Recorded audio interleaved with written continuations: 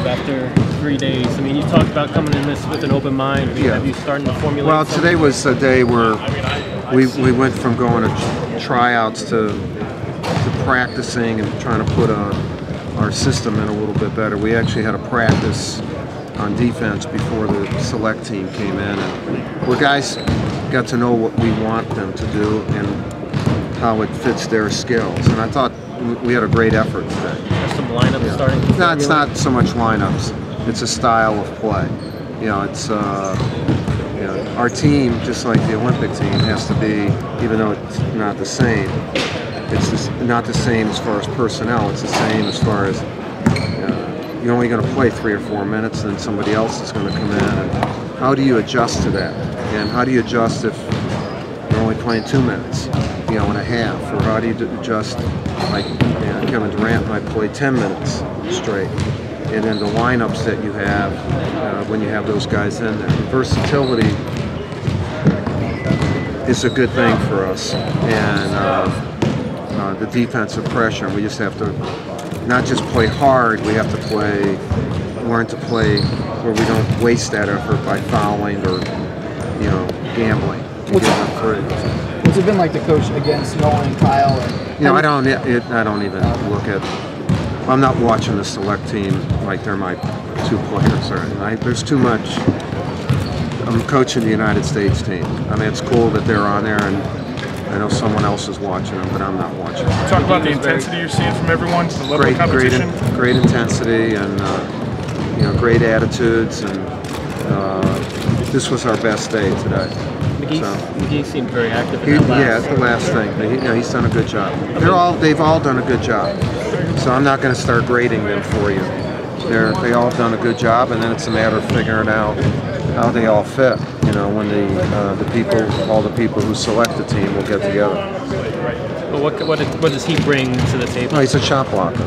Yeah. He protects the basket really well, and he's 7 feet tall. So I mean, he brings more height and jumping ability and shot blocking.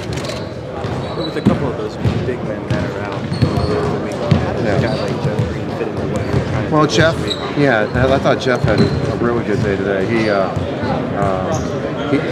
with this team, 4s and 5s, you shouldn't look at them as 4s and 5s. But internationally, with the lane, up until this tournament, they'll still have the trapezoid. So it still lends itself for big guys being able to play on the perimeter and shoot. And so both he and Kevin Love have to play both. And Jeff did a good job, and especially the last 10 minutes of the scrimmage. What are his odds of sticking? Don't ask. That's not a good question right now. I mean, it's a good question. Ask someone else. Yeah. I don't make odds, even though I know a city that makes a lot of odds. I'm not. If I made them, they wouldn't have the big buildings here. They would have given up all their money. Coach, which players have emerged as leaders amongst the school? Well, it's not so much emerged as leaders; they come in as leaders. So your veteran players do that. Chauncey and Lamar. I mean, Chauncey and Lamar are both world champions or NBA champions, and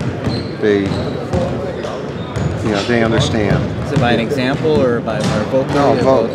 And also by showing what a team is, and for them to give me feedback from the team as to how the team is feeling, and we're going to rely on them a lot. What have you seen from Derrick Rose so far?